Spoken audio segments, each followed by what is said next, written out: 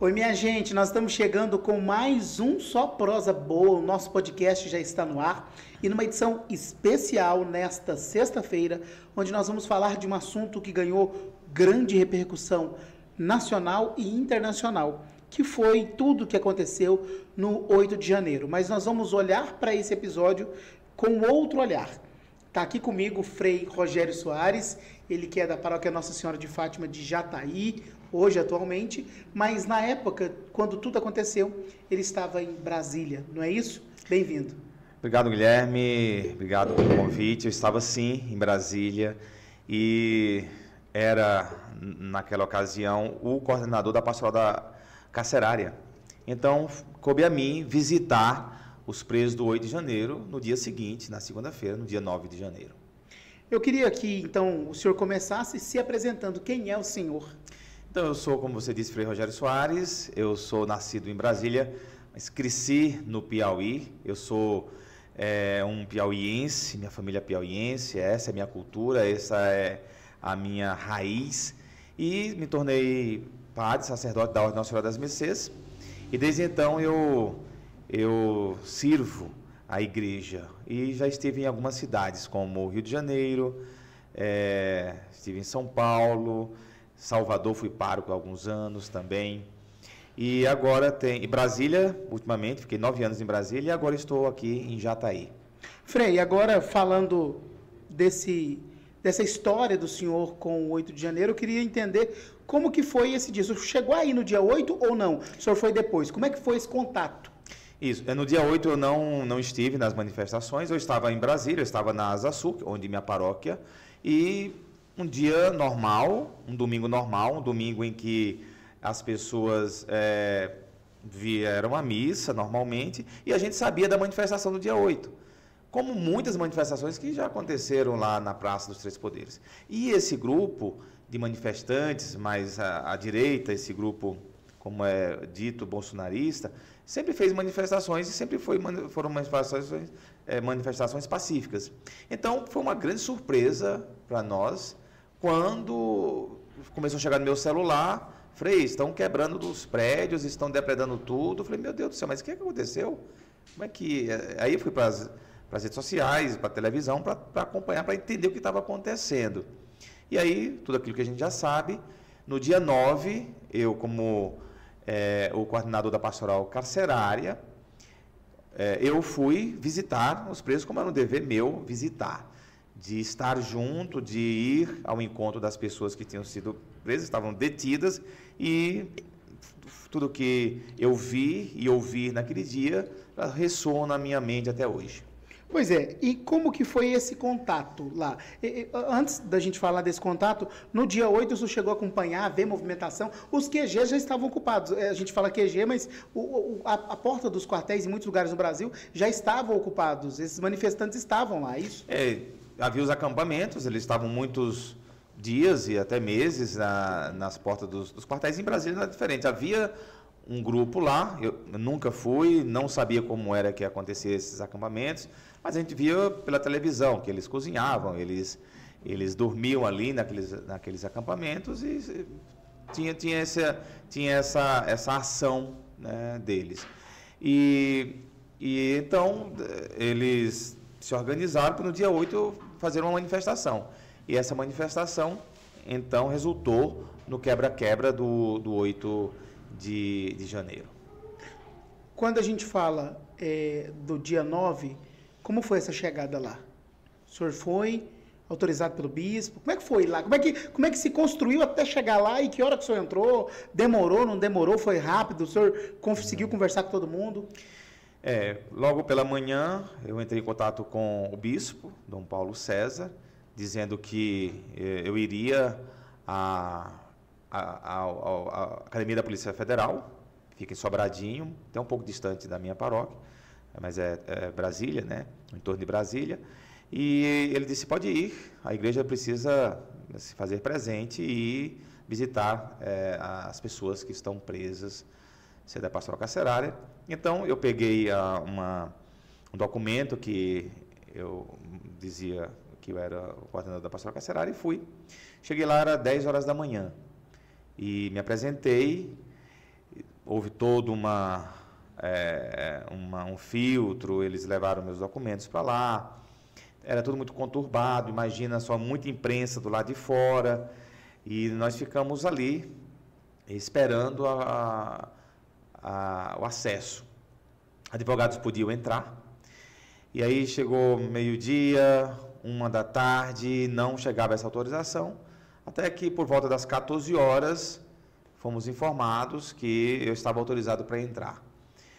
Mesmo assim, eu fui para uma sala de crise que eles tinham lá, e nessa sala, com 3 delegados que estavam comandando, eles ainda conversaram comigo, me deram algumas instruções, e eles deixaram entrar, acompanhado de um policial federal que me acompanhava, muito gentil, por sinal, todos eles muito gentis e muito ali acolhedores. E então eu adentrei naquele lugar que realmente as imagens que eu tenho na minha mente são cenas de guerra. E tenho muitas fotos, porque o advogado que entrou comigo, Aderval, um amigo, ele fez vários registros, várias fotos que vocês vão ver ao longo dessa entrevista, né? Passei aqui para a equipe. Então essas imagens são as imagens de pessoas aterrorizadas, senhores e senhoras, homens e mulheres, sempre pessoas com mais idade, de 30, 40 mais, eram pessoas com mais de 40 anos. Lá dentro, o que tinha, além dos presos? Eles conseguiram levar algum tipo de objeto? O que tinha lá, Frei? Eles levaram seus pertences, todo mundo estava com suas bolsas e muitas imagens dos santos, imagens de Nossa Senhora, do Sagrado Coração, Bíblias. Eles já estavam com isso lá? Eles estavam no QG com essas coisas. Então, na hora que foram presos, porque como foi que aconteceu a prisão? Que é algo que é muito questionável, a maneira como aconteceu, né? Primeiro, as pessoas que vieram de ônibus de outros lugares, alguns ônibus encostaram no QG para as pessoas irem para a Praça dos Três Poderes, que não é muito longe, dá para ir inclusive a pé, de alguma maneira, um pouco, né? Não é muito longe. E esses ônibus, quando no dia 8, esses ônibus, quando eles tentaram voltar para as suas cidades, eles já foram impedidos. Os relatos que eu tive é que esses ônibus foram impedidos. Pessoas que não estavam no QG, pessoas que vieram de outras cidades, algumas até assim, tá indo um ônibus para Brasília, eu vou também. Tinha gente dessa natureza também. E no dia, por isso que eu digo que no dia 8, a prisão aconteceu foi no dia 8 mesmo. No sentido de que eles sitiaram, ninguém saía, ninguém entrava. E no dia 9, eles estacionaram os ônibus lá e disseram, entrem nos ônibus. E as pessoas entraram nos ônibus sem saber para onde ia, o que ia acontecer. Não houve uma voz de prisão, assim, olha, vocês estão presos, em nome da lei, segundo o artigo tal, não sei, não deram voz de prisão. Todo mundo entrou nos ônibus e esses ônibus foram para Sobradinho, para a academia da Polícia Militar. Um grande espaço, uma quadra de esporte, um espaço gigante, e eles, então, ficaram lá. No entendimento do senhor, essas pessoas foram presas, na verdade, então, sem saber que estavam sendo presas? Os relatos que eu tive que, ao entrar no ônibus, elas não sabiam que estavam sendo presas naquele momento. Não sabiam. Elas já foram sitiadas porque o senhor falava que tinham ônibus que vieram, mas sem dúvida tinha um número diferente de pessoas em Brasília. É isso? Chegaram mais ônibus? Chegaram mais Esses ônibus vieram de outras sim, cidades? Sim. Tinha ônibus de várias cidades, de muitos lugares vieram ônibus. Esses ônibus estavam lá e essas pessoas se somaram às outras de Brasília. E então teve uma grande aglomeração de pessoas em frente à Praça dos Três Poderes para essa manifestação. E o que impressiona é que a gente não tinha notícia que seria uma manifestação daquele nível, de quebra-quebra, e inclusive das 3 casas, nós não tínhamos noção, ou seja, porque tem coisas que vazam, tem coisas que a gente acaba sabendo, desconfiando. Eu não tinha nenhum tipo de nem intuição do que poderia acontecer algo daquele tipo, né? Realmente foi um elemento surpresa. Eu creio que nem a polícia tinha noção do que poderia acontecer. Houve ali um grande apagão das forças, eu imagino, e nisso houveram as invasões. Frei, agora a gente observando dentro lá de onde o senhor entrou, que o senhor teve esse primeiro acesso nesse dia 9, como é que era o perfil das pessoas? Quem é que o senhor encontrou lá? Que tipo de gente estava lá? Com quem que o senhor conversou? Pessoas normais, como se fosse minha mãe, minha irmã, amigos, senhoras, senhores. Um perfil de pessoas honestas, pessoas que nunca cometeram nem infração de trânsito, pessoas totalmente de bem, sem ninguém com nenhum tipo de antecedente criminal, pessoas com mais de 40 anos. Impressionou-me não ver jovens, não havia jovens. Por que esse perfil? Interessante, é uma boa pergunta, eu me pergunto isso. Por quê? Não sei se há uma ausência dos jovens do debate político, não havia jovem, havia um jovem só, ou dois, que eu identifiquei. Outros eram senhoras que choravam, vinham falar comigo, conversar comigo. Padre, o que vai acontecer? O que está acontecendo? O que é que o senhor nos diz? E um grupo dizia, mas tem que... Eles estavam muito perdidos. A gente precisa de um habeas corpus para tirar a gente daqui. Outro dizia, mas se a gente ficar aqui, todo mundo... se a gente se fechar e a gente não ir para essas oitivas, porque a polícia começou a escutar um por um. Até então, tinha um grupo de pessoas, mas ninguém tinha dado os seus documentos ainda, né? Eles estavam lá, ainda com seus documentos nas mãos e tudo. E eu me lembro que, na época, eu disse, olha, vocês devem fazer o que eles estão dizendo para fazer. Eu acredito que vocês vão ser ouvidos e vão ser liberados. Eu tinha isso na cabeça, né? Eu imaginava isso. Por outro lado, já havia, naquele dia 9 de janeiro, já havia uma, entre aspas, narrativa ou uma ideia fixa, vamos dizer assim, não gosto de usar muito a palavra narrativa, mas se usa bastante, mas já havia uma ideia fixa de que ali se tratava de uma tentativa de golpe de Estado, se tratava de terroristas e que essas pessoas precisavam pagar pelo que fizeram. Ou seja, antes mesmo das investigações ou do processo legal, já havia um veredicto. Já havia um veredicto, já havia uma tipificação do crime. Então, isso me angustiava também. Falei, meu Deus, mas antes de fazer qualquer tipo de investigação, a imprensa já falava isso, inclusive foram discussões minhas com algumas pessoas que estavam entrando também ali. Até representantes da OAB, eu tive conversa, tive diálogo, outras pessoas por ali. Eu falei, não, gente, aqui não se trata de uma tentativa de golpe de Estado. Não se reúne os elementos para se falar em golpe de Estado. Naquela época eu já dizia isso. Falei, calma. Claro que a minha visita ali era uma visita religiosa e eu pude fazer muitas orações com eles lá dentro, em vários grupos, que eram muitos grupos. Ali tinham 1.700 pessoas, eu imagino, 1.500, 1.700 pessoas. Eram muitos grupos. Aí depois a gente soube que aqueles com mais de 60 anos, com comorbidades, iriam ser liberados. E realmente começaram a ser liberados. Eu observo pelas imagens que o senhor tem, eu inclusive estou vendo, nós estamos vendo uma agora, o senhor está com a camisa azul e tem um altar aqui com imagens de muitos santos, a bandeira do Brasil, e essas pessoas estão reunidas ao redor dessas imagens, e o senhor faz ali uma bênção, inclusive, de uma água, de objetos, né? Esse foi o tratamento lá dentro? Então, eles montaram um altar, pegaram todas as imagens, quem tinha imagens, bíblias, montaram um altar, e eles ficaram em torno desse altar, muitos de joelhos, outros orando, outros rezando, e sim, ali dentro houve uma dificuldade para chegar a comida, eles tiveram momentos sem comer, mas depois a comida chegou, eles puderam se alimentar, mas, claro, é tudo muito precário, é uma prisão em massa. Improvisada. Improvisada, nunca ninguém imaginou prender mais de 1.500 pessoas. Imagina para você providenciar comida, água para essas pessoas. Então foi assim, um grande desespero. A Polícia Federal tratou todo mundo bem, evidentemente.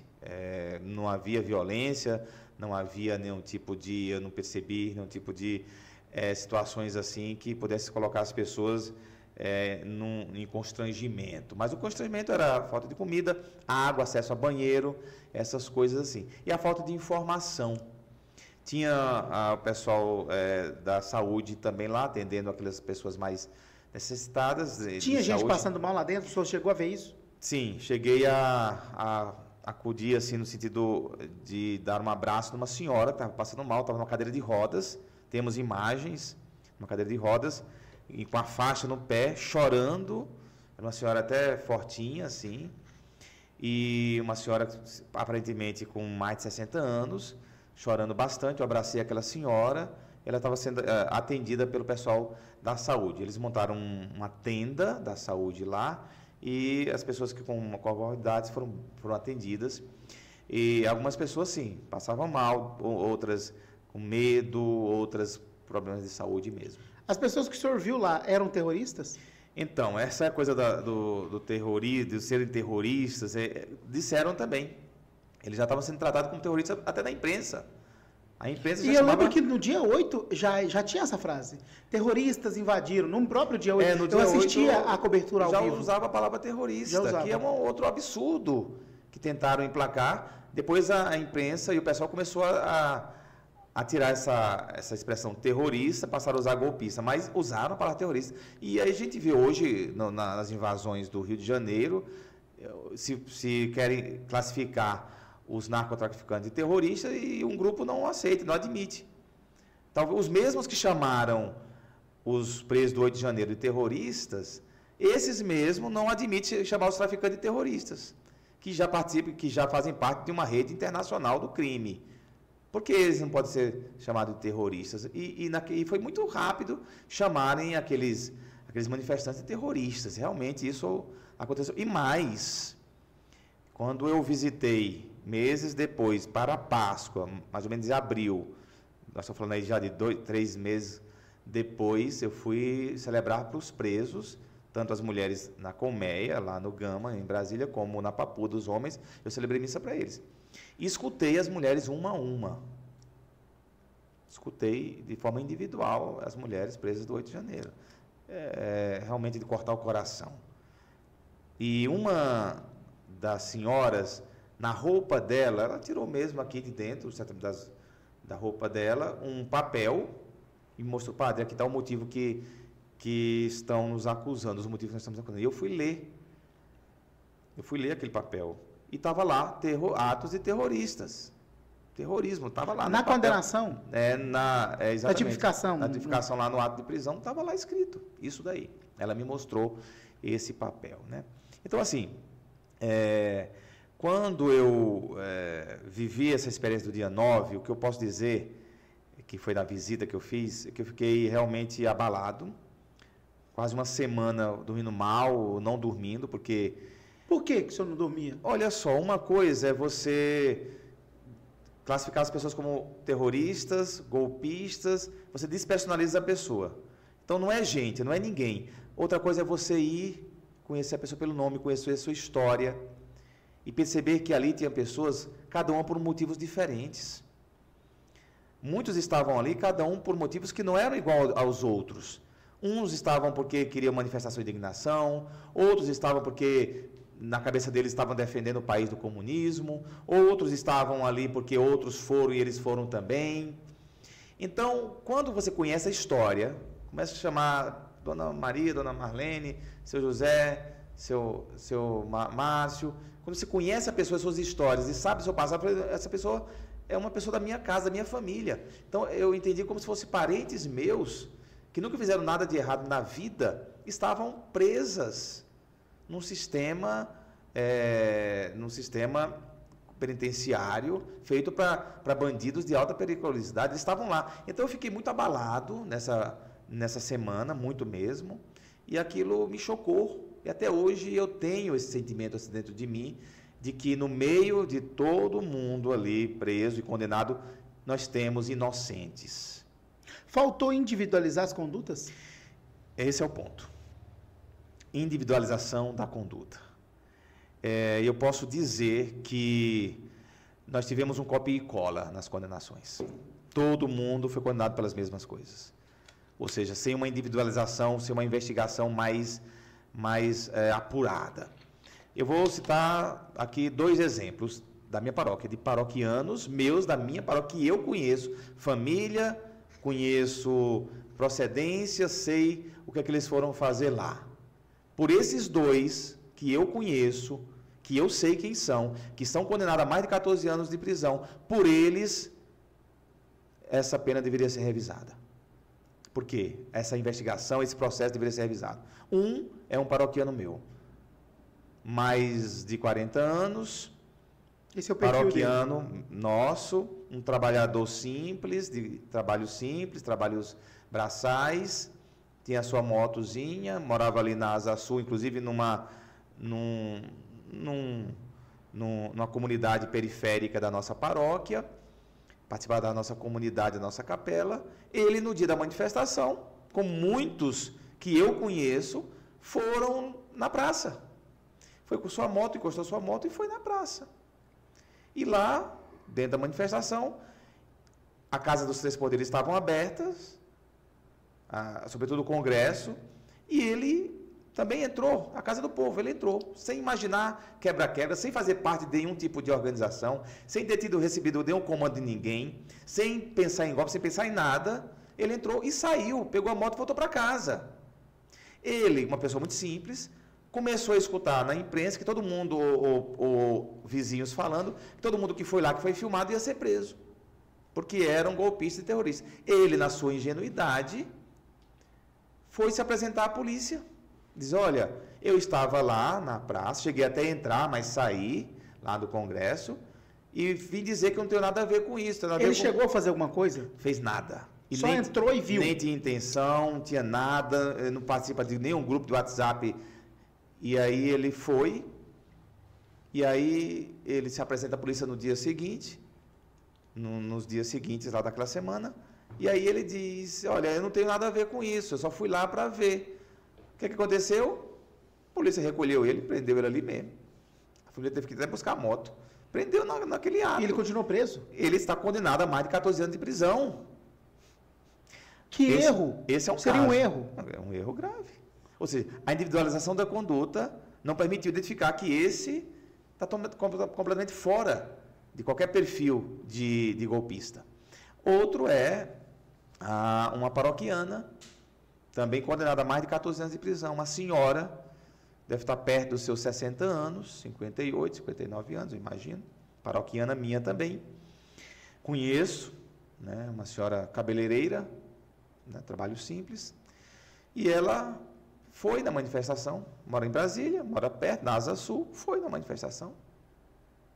E ela estava na manifestação, casa também aberta, Congresso aberto, Casa do Povo, entrou um pouquinho ali, estouraram umas bombas lacrimogênicas lá, de efeito moral, ela ficou meio atordoada, e aí estava saindo já.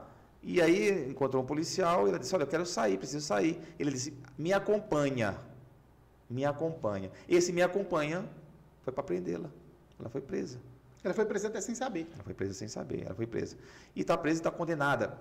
Então, a individualização da conduta, isso para mim é um ponto-chave, que faz com que meu coração fique apertado, porque, eu digo para você, eu morando ali em Brasília, faço uma leitura, tinha pessoas para todos os interesses ali. Tinha um grupo mais radical que talvez estivesse organizado para quebrar? Imagino que sim. Mas quem são essas pessoas? Quem pegou a pedra? Quem deu o start para quebrar? Quem são essas? Quem estava ali para uma manifestação pacífica, que eram muitas pessoas? Eu tenho um vídeo que eu fiz lá, uma pessoa dizendo, olha, alguém estava quebrando, pessoas quebrando, e a gente dizia, não faça isso, isso não é para fazer, isso não é nosso. As pessoas falavam isso. Nós viemos aqui para isso. Ela falou isso para mim, e eles, claro, eles acreditam, uns acreditam até hoje, que havia pessoas infiltradas ali para fazer isso. Não posso dizer, não sei. O certo é que, quem são essas pessoas? E quem são as pessoas que foram condenadas que não tinha noção nem do que era golpe, porque para se falar em golpe, você tem que falar de uma certa estrutura, de uma retaguarda muito grande, que levaria ao golpe. Não sei se havia uma mente que estava organizando tudo isso e que deram garantias para eles. Não tem nenhum registro sobre isso. Então, assim, por esses dois paroquianos meus e pelas pessoas que eu escutei individualmente, tanto homens como mulheres, eu posso dizer que muitos estão presos hoje sem terem nenhuma conexão com uma tentativa de golpe real e concreto. Pois é isso que eu vou perguntar. Por exemplo, no começo chamavam de terrorista, depois criou-se o termo golpistas. Eles participaram de uma tentativa de golpe? Olha, na minha opinião, digo, a individualização da conduta que tem que dizer isso. Quem estava ali para uma tentativa de golpe e como seria esse golpe? As pessoas que eu escutei, eu digo, não. Eles não tinham uma noção clara disso. Alguns, talvez, a gente não pode ser ingênuo, talvez pensavam ingenuamente que se tocasse o terror, instaurasse um caos, houvesse uma intervenção militar. Talvez alguns, desavisados ingenuamente, talvez pensassem isso. Mas quem são esses? Quem são essas pessoas? Cada caso tem que ser muito bem analisado, porque, como eu disse num vídeo na Páscoa, que eu celebrei, sobretudo na colmeia, eu saí e fiz um vídeo, está no YouTube esse vídeo que eu deixo lá, porque eu quero ter muita paz na minha consciência, porque como eu vi, escutei e vivenciei muitas coisas desse período, historicamente, pelo menos, eu quero ter a tranquilidade de ter dito o que eu sentia e o que eu pensava. Eu gravei um vídeo na Porta da Colmeia, onde eu fiz uma comparação. Eu disse, olha, imagine uma praia cheia de banhistas, num dia normal e natural, ensolarado, todo mundo lá. Um grupo invade a praia e começa a fazer um arrastão. Um arrastão é roubar as coisas, como se fez muitas vezes isso no Rio de Janeiro. Chega a polícia, encurrala todo mundo e prende todo mundo. Sem saber bem quem é quem, prende todo mundo e condena todo mundo. Quem fez o arrastão e quem estava ali só tomando banho. Eu imagino essas prisões do dia 8, uma prisão um pouco dessa natureza. Talvez aqueles que foram quebrar mesmo, como quem foi fazer o arrastão, conseguiu fugir, porque talvez já estava na mente fazer e sair fora, e os outros que estavam ali para fazer uma manifestação foram presos. Então, tem inocentes, porque só pelos meus 2 paroquianos tem inocentes ali, né? Uma senhora mesmo, esse caso é interessante, é até próximo aqui de Jataí, né? Essa senhora estava lá, rezando nesse altar, e eu olhei, a senhora tem quantos anos? Ela disse, eu tenho 64, 65. Eu disse, mas a senhora não pode ficar aqui, não precisa ficar aqui, há uma liberação para vocês dessa idade. Ela não sabia de nada. E aí eu falei, não, vamos lá, eu vou interceder pela senhora. E aí, como eu já tinha estado com os delegados, fui lá, conversei com eles e falei, então, dessa senhora, e eles realmente constataram que ela tinha comorbidades e que ela tinha mais de 60 anos, que ela foi liberada. Colocaram ela num ônibus, tinha os ônibus levando as pessoas para a rodoviária de Brasília, interestadual. Quem era liberado era levado para a rodoviária? Era, quem era liberado ia nesse ônibus. E aí foi um negócio até cômico, era uma mulher muito simples. Eu fiz vídeo dela. Aqui de Rio Verde, ela. E aí, ela estava com um colchão, ela tinha ido rezar no QG, passou uns dias lá rezando, né? Ela tinha um colchão. E ela queria botar o colchão no ônibus, mas não cabia. Eu falei, mas não dá para levar o colchão, vamos deixar o colchão. Ela, não, meu filho, esse colchão eu comprei aqui em Brasília para levar para o meu neto. Então eu tenho que levar o colchão. E aí, rapaz, até a gente enrolar esse colchão, para colocar o colchão dentro do ônibus, o pessoal querendo sair. Quase que perde o ônibus. Quase perto do ônibus, aí coloquei o colchão dela, eu mesmo, pessoalmente, entrei, um monte de gente dentro dos ônibus, pequenininhos, ônibus pequenos. Botei dentro do ônibus o colchão. Eu falei, olha, não vou dizer o nome dela, dona senhora, dona menina, a senhora vai, que eu vou atrás no meu carro e vou pegar a senhora na rodoviária. Fica me esperando lá na rodoviária. Então, eu fui na rodoviária, peguei ela e levei para minha casa e dei jantar. Nisso tinha um outro padre, amigo meu, padre Geraldo, que todo mundo que estava desamparado, sem saber como voltar para casa, sem comida, ele levou todo mundo para a paróquia dele. Ele acolheu umas 300 pessoas que foram liberadas naquele dia. Ele acolheu, deu dormida e deu comida na paróquia dele. Nesse tipo. E aí eu peguei, dei jantar para a dona menina e comprei a passagem e embarquei ela para Rio Verde. Um dia desse ela veio aqui em Jataí me agradecer. Ela soube que você está aqui em Jataí. Ela soube que eu estou aqui em Jataí e veio aqui me visitar na paróquia. Bem, então assim, essa é a história. Naquela semana, Guilherme... Só voltando nessa história, qual que era o perfil dela? Ela fazia o quê? O que ela contou para o senhor? Ela foi rezar lá, mas o que ela era? Então, ela é uma senhora de igreja, uma senhora católica, e ela estava lá, porque na cabeça desses manifestantes, eles estavam contrariados com a eleição do novo presidente, e, segundo eles, estavam rezando pelo país. Ela foi para rezar pelo país, contra o comunismo. Evidentemente que eu também devo dizer, eu sempre fui contra, depois das eleições, as eleições definidas, esses acampamentos para mim eram um absurdo. Tanto as pessoas sabem que me conhecem, eu dizia, olha, gente, está na hora de desmontar esses acampamentos, está na hora de parar com isso, voltar para a vida porque, diferente de muitas pessoas que começaram a dizer que as urnas foram fraudadas, na minha opinião, aí já é uma coisa que eu penso, na minha opinião, as urnas refletiram a realidade do país. O presidente foi eleito com voto popular e refletiu. Mas passou-se a ideia de que houve fraude. E muita gente caiu nisso. Evidentemente que eu também devo dizer que não vejo problema em quem pede mais segurança nas urnas. Quanto mais segurança, se tem voto impresso, melhor. Isso aí eu acredito. Mas você conhecendo o Brasil, vendo as pesquisas, e eu sou do Nordeste, eu sabia que mais ou menos ia ser uma eleição apertada, que um ou outro ia sair com uma margem pequena. Foi o que aconteceu. Então, enfim. Mas essas pessoas manifestavam e queriam mostrar a sua insatisfação. Tem direito. Manifestação no Brasil tem direito. Eu achava que era desnecessário, mas tem direito. E eles manifestavam e essa senhora aqui de Rio Verde estava rezando. Disse que uma senhorinha, pouca instrução, estava rezando. Depois, esse vídeo eu passei para você, pode se colocar, né? Pouca instrução, estava lá e estava presa junto com as outras pessoas, né? Estava presa lá. Ontem como é que foi essa 8 experiência? Horas. Muito triste, muito dolorosa, muito triste mesmo. Que nós foi escoltada com vários tipos de viatura, inclusive moto, tanque, aquela bagunça. Mas parece que o mundo, as policiais estavam tudo aqui em Brasília, do mundo inteiro, que eu nunca vi o percurso que nós andamos até no Sobradinho, até chegar lá no QG, uma instância muito imensa. E nas encruzilhadas estava também a mesma coisa. E quando a senhora entrou no ônibus, a senhora sabia que ia ser presa? Não. Inclusive, nós estávamos lá de boa. Não, quando nós saímos da manifestação lá no Palácio, acho que é no Palácio, me parece, eu não sei bem lá onde é que é. Onde é que fica o...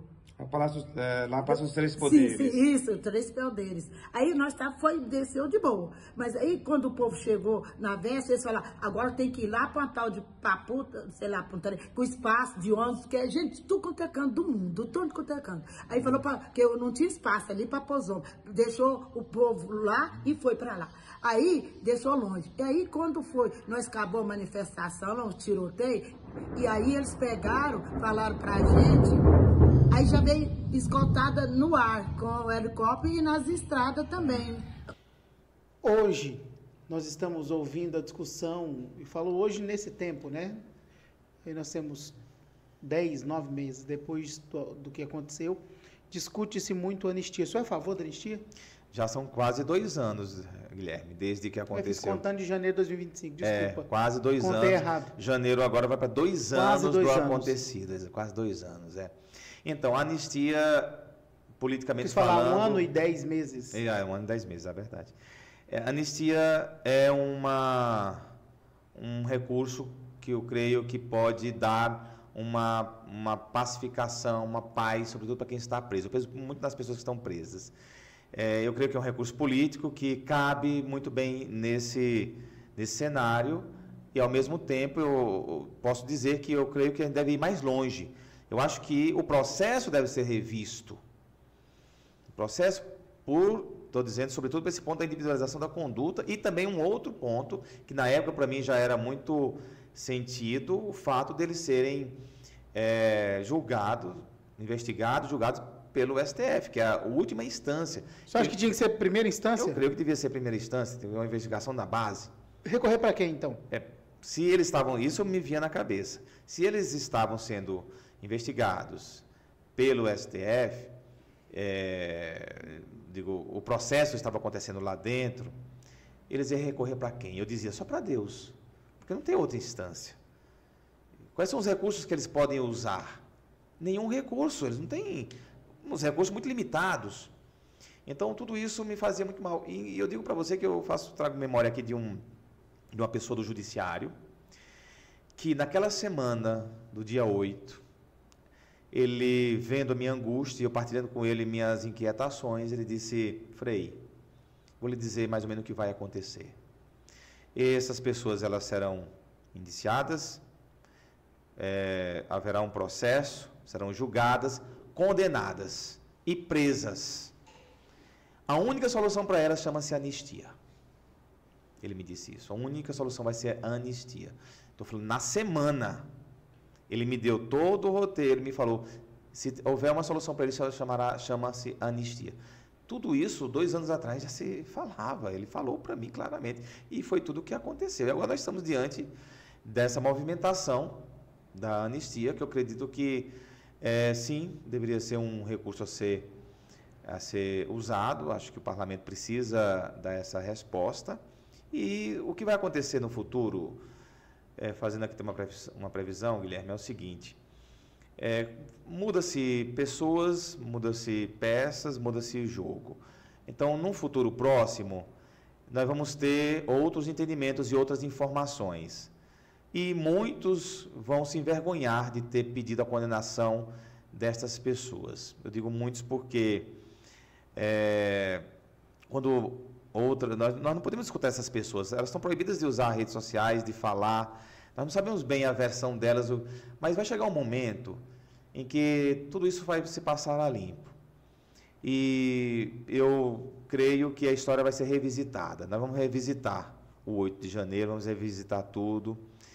E muitas pessoas vão entender que, de fato, houve um exagero. Houve, sim, um quebra-quebra insano, condenável, houve, sim.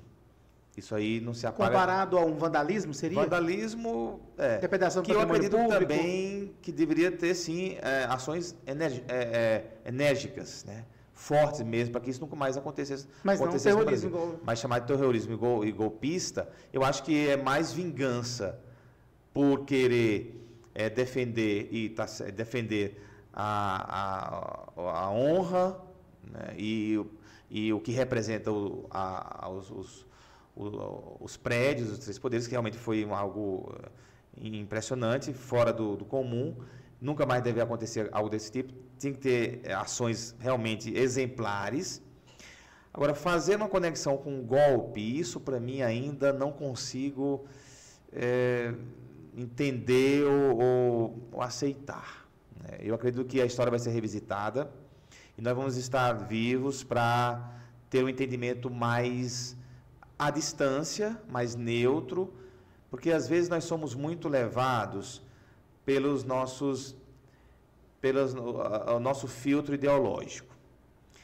Nós estamos vivendo um momento em que todas as nossas opiniões, elas perderam a conexão com a verdade, com a busca pela verdade, e a gente tem as nossas ideias ou convicções a partir do nosso filtro ideológico. Quem tem um filtro ideológico da direita lê a realidade de um jeito, quem tem um filtro ideológico da esquerda lê a realidade de outro jeito. Então, quando vem a narrativa para esse lado, todo mundo vai. Quando vem a narrativa para esse lado, todo mundo vai. Agora, ninguém busca a verdade. Isso que eu estou querendo dizer.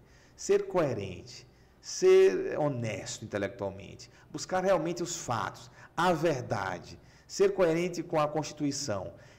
Isso que eu acredito que a gente precisa voltar e colocar os pés no chão e calma aí. Vamos pensar tudo a partir do crivo da verdade, da coerência intelectual, da honestidade. Por exemplo, isso que está acontecendo agora, que aconteceu no Rio de Janeiro, essa mega operação, pode perceber, quem tem o filtro ideológico da direita pensa que foi uma operação bem sucedida, que deve acontecer mesmo, que é daquele jeito. Quem tem um filtro ideológico da esquerda, mataram inocentes, mataram jovens, e foi um absurdo, não pode acontecer. Pode perceber. Mas ninguém olha para as coisas de uma forma mais racional. É isso que nós estamos precisando. Nós temos que abandonar mais os nossos filtros ideológicos e ir para a razão. Nós estamos afetados de forma muito emotiva pelas coisas ideológicas. E isso está em todas as esferas. Os juízes estão assim. A OAB está assim, a política está assim. A igreja está assim? Aí Eu creio que se fere uns, fere todo mundo. Nós, a igreja está no meio da sociedade. Dentro da igreja nós temos algo assim também. Nós temos algo assim também, que a gente precisa buscar cura. Eu acho que a gente precisa buscar cura, a gente precisa, senão inocentes, injustiças vão acontecer de todos os lados. Por falta de uma maior racionalidade na busca pela verdade. Frei, o senhor escreveu uma carta aos deputados desse país, há muitos que o senhor conhece, fez questão de assinar. O que diz essa carta? Eu fiz uma carta, quando estava falando em anistia, eu escrevi uma carta para os deputados, uma carta aberta. Nessa carta eu digo o que eu estou dizendo aqui, nessa entrevista. Eu falo, olha, eu quero dar minha contribuição e dizer que muitas daquelas pessoas que foram presas, elas eram inocentes. Então, isso me angustia. E pessoas que eu conheço estão condenadas. Isso me angustia, porque eu sei que elas são inocentes. Eu sei que elas não praticaram golpe. Eu sei disso. Né? Porque eu conheci as pessoas do seu passado. E eu escrevi essa carta e mandei para os deputados que eu tinha acesso e pedi que eles replicassem para os outros deputados. Não sei se chegou a todos, mas eu fiz essa carta, assinei. Já enviou esse documento? Já enviei esse documento. E, bem, eu vou fazendo a minha parte do jeito que eu posso, mas, Guilherme, eu não quero entrar para a história de alguém que vivenciou, viu tudo e ficou em cima do muro. Eu não quero entrar para a história dessa maneira. Eu tenho a minha posição. Pode continuar. Eu tenho a minha posição e é essa que eu estou falando aqui para você. Essa é a minha posição. Se tinha grupos organizados para instaurar o caos, quem são esses? Que talvez usaram uma grande massa como massa de manobra ou motivaram.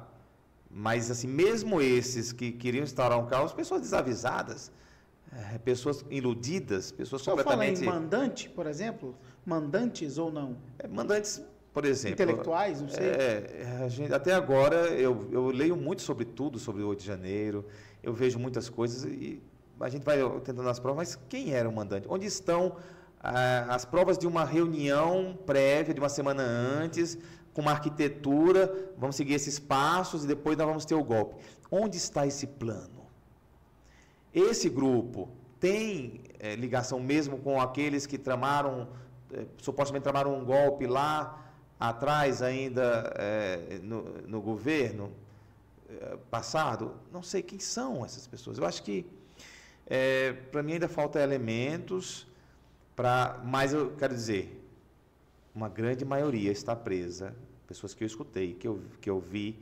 Essas pessoas, elas, eu não estaria fazendo o que elas estavam fazendo, essas manifestações, eu acho que era perda de tempo, mas eu não posso dizer que essas pessoas estavam tramando um golpe propriamente dito, como elas receberam a sua condenação por isso. Traduzindo, 8 de janeiro tem nome e sobrenome? Exatamente. 8 de janeiro tem nome e sobrenome, são pessoas, são rostos. São empresários, grandes empresários? As pessoas que estão presas não são grandes empresários. Essa é uma boa pergunta. A maioria são pessoas simples. Alguns empresários, mais pequenos, mas pessoas empreendedores. Simples. Talvez alguns empreendedores. Pessoas simples. Pessoas simples. Não tinham políticos no meio, ali. Eu me lembro de uma cena mesmo na missa que eu celebrei para as mulheres, que foi uma das missas mais fortes para mim, dos homens também. E tinha uma jovem mulher de uns 35 anos, vamos dizer assim, para 40, né, sentada no último banco, com aquele choro contido, aquele rosto sofrido que eu nunca vou esquecer na minha vida. E aquilo me marcou bastante. Depois de escutar aquelas mulheres e escutar suas histórias, eu digo, tem rosto, tem pessoas, tem famílias por trás, e famílias de bem. Então, por eu ter conhecido os rostos das pessoas presas, eu hoje me incomodo e quero sim dizer humildemente a minha posição. Não estou descartando, digo uma vez mais, se havia um grupo orquestrado para quebrar os três prédios dos três poderes, É possível que sim, não vou dizer que não, que havia uma coisa ali. Quem? O que eu estou dizendo para você, que tem pessoas inocentes presas. E a gente precisa fazer uma reparação, e a história vai fazer uma reparação em algum momento. E vai ser no futuro próximo. Vamos ter que fazer uma reparação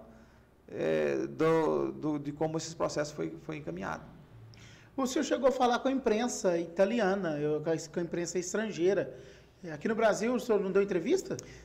No Brasil, não. Eu dei uma entrevista, acho que para Canção Nova, mas 2 jornalistas estrangeiros entraram em contato comigo. Aqui, no dia 9, naquela semana, não houve nenhum contato com nenhum jornalista, mas um jornalista italiano me fez uma entrevista, e quem quiser ter acesso a essa entrevista, inclusive eu fiz uma tradução dela esses dias, eu disse o que estou dizendo aqui, nessa entrevista para o jornal italiano.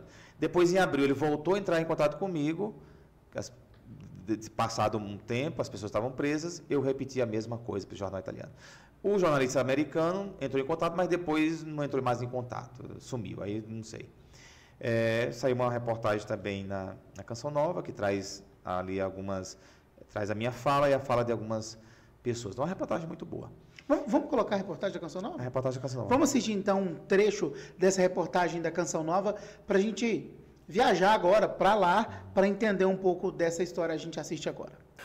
Ontem, o vigário episcopal para a promoção humana e obras sociais da Arquidiocese de Brasília visitou o ginásio para oferecer apoio espiritual àqueles que aguardavam a triagem policial. O momento foi de escuta e oração. O vigário de promoção humana e obras sociais da Igreja de Brasília afirma que o objetivo foi levar uma palavra de conforto aos detidos. É necessário estar próximo, é necessário a igreja se fazer presente, como a gente faz em todos os momentos difíceis, em momentos que as pessoas passam de dificuldade. A igreja deve estar ali para ser a presença de Jesus na vida delas. Nessa entrevista, o senhor conta mais ou menos o depoimento mesmo, o que é aquilo que o senhor viu, o testemunho ocular. O senhor seria um testemunho ocular, se considera assim?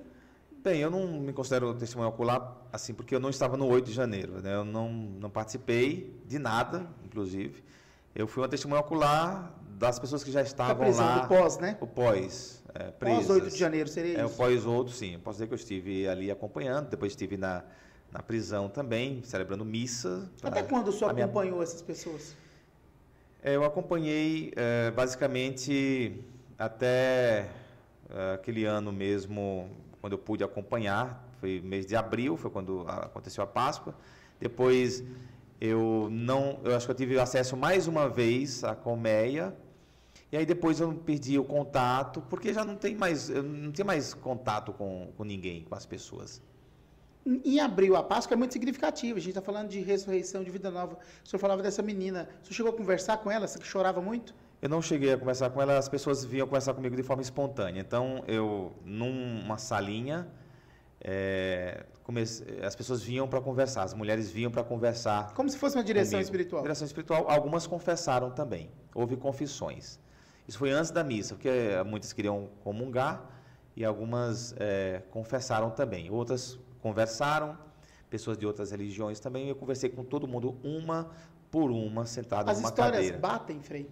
Sim, as histórias batem. As histórias de gente simples que pegou carona. O senhor falava dos ônibus. Teve muito ônibus indo para Brasília. Teve isso? De gente que pegou carona e foi? Ou não? Teve gente, sim, que queria conhecer Brasília.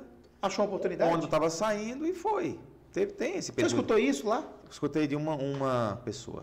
Eu vim porque eu não estava fazendo nada, não ia fazer nada no final de semana, e eu fui.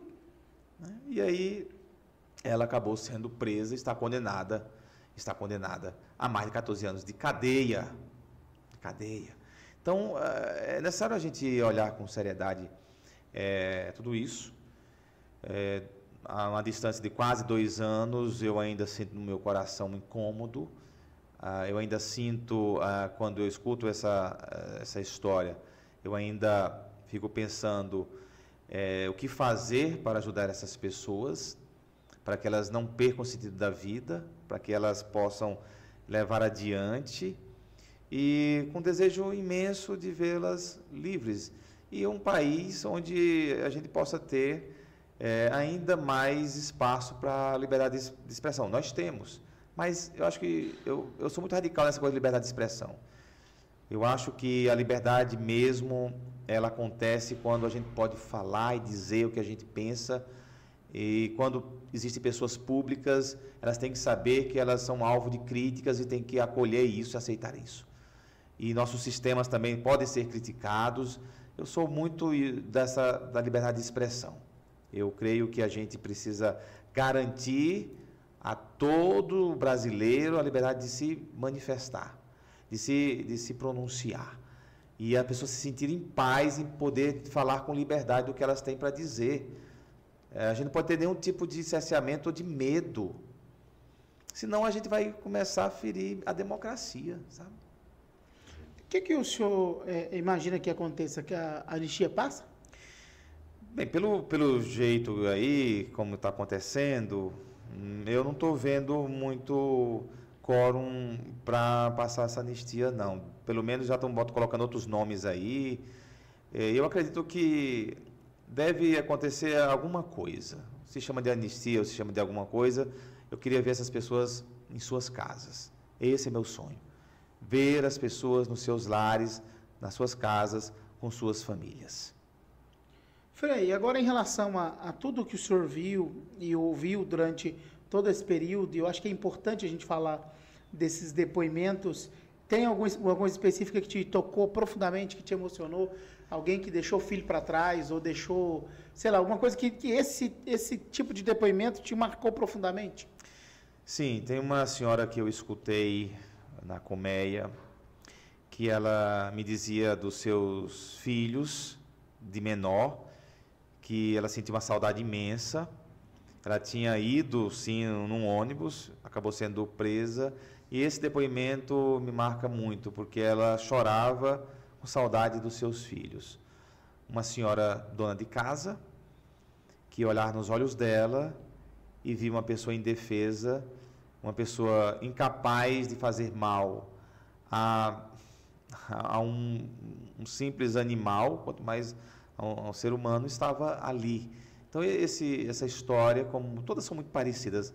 Como eu disse, eu tive muito contato com as mulheres. Quando eu fui celebrado na Papuda para os homens, eu estava separado por uma grade, eu não tive contato com os homens.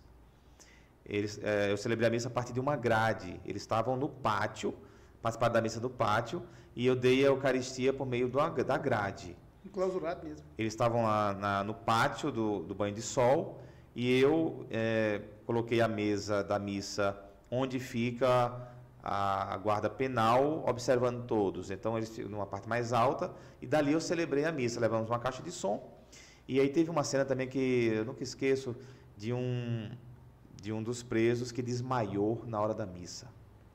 Desmaiou. E ele ficou lá, e eu celebrando a missa, foi muito... E ele desmaiado, e eu falei, gente, mas alguém pode ajudar aquele senhor? E depois me disseram que ele tinha glicemia e diabetes, e a glicemia tinha baixado muito, e ele desmaiou ali. Mas demoraram socorrê-lo. E eu celebrando a missa com aquela pessoa no chão, sabe?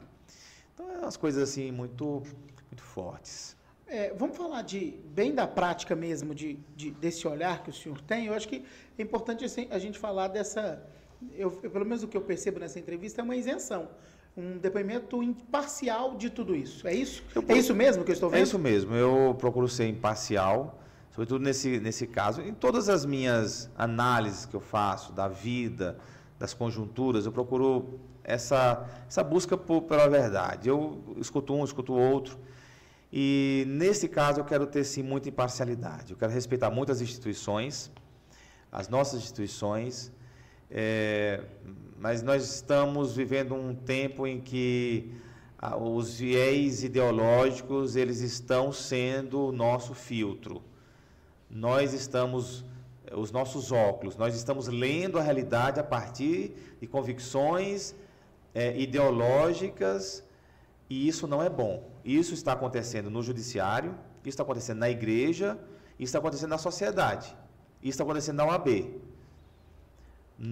E aí eu escuto um, escuto o outro, eu quero visões imparciais, de visões técnicas, que a gente já teve isso no país. Agora, ler a realidade, ou ver a realidade com os óculos, você tem esses óculos aqui são vermelhos. Então, tudo que eu vou ver tem cor vermelha.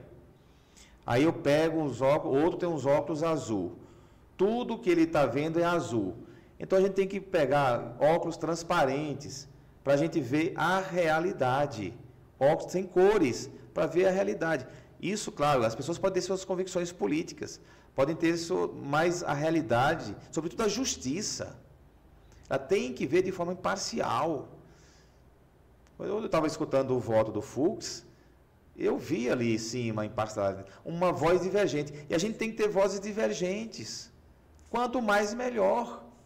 Quanto mais, melhor. Isso é importante.